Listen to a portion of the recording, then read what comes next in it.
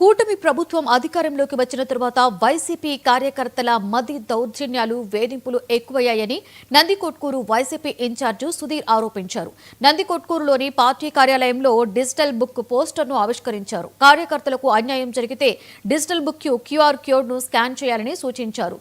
కార్యకర్తలందరికీ బైరెడ్డి సిద్ధార్థరెడ్డితో పాటుగా జగన్మోహన్ రెడ్డి అండగా ఉంటారని చెప్పారు. హామీలు అమలు చేయడంలో కూటమి ప్రభుత్వం విఫలమైందని సుధీర్ విమర్శించారు. పెద్ద కాంప్లికేటెడ్ కూడా కాదు. ఇట్లా చేయగానే జగన్ సారి రెండు మాటలు ఉంటాయి. మాటలు అవ్వగానే మీకు మీ డీటెయిల్స్ అన్ని మీరు ఎంటర్ చేయొచ్చు.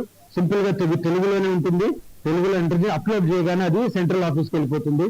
అది వెళ్ళిన తర్వాత దాని మీద యాక్షన్ స్టార్ట్ అవుతుంది. అందరికీ ఒకటే చెప్తున్నాను నేను, మీరు ఎవరికి భయపడాల్సిన అవసరం లేదు. ఈ డిజిటల్ బుక్ పెట్టడము అవతల వాళ్ళని భయపెట్టడానికి.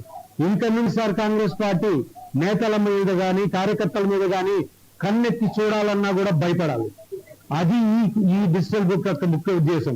ఎందుకంటే మీరు చూస్తూనే ఉన్నారు, మనము ఓడిపోయిన తర్వాత కూటమి ప్రభుత్వము అధికారంలోకి వచ్చినప్పటి నుంచి కూడా మన వాళ్ళ మీద అన్యాయాలు, అత్యాచారాలు, ఘోరమైన పనులు వాళ్ళు చేయడం మొదలుపెట్టారు. మొట్టమొదటిగా మన కృష్ణారెడ్డి అన్న వాళ్ళు అధికారంలో వచ్చిన 4-5 రోజుల్లో ఆయన మీద అటాక్ జరిగింది. దాని తర్వాత శాతనకోటలో, తర్వాత ఈ వాసంతి అనే అమ్మాయి మన ముచ్చిమర్రిలో, ఇట్లాగా ఒకటా రెండా ఎన్నో.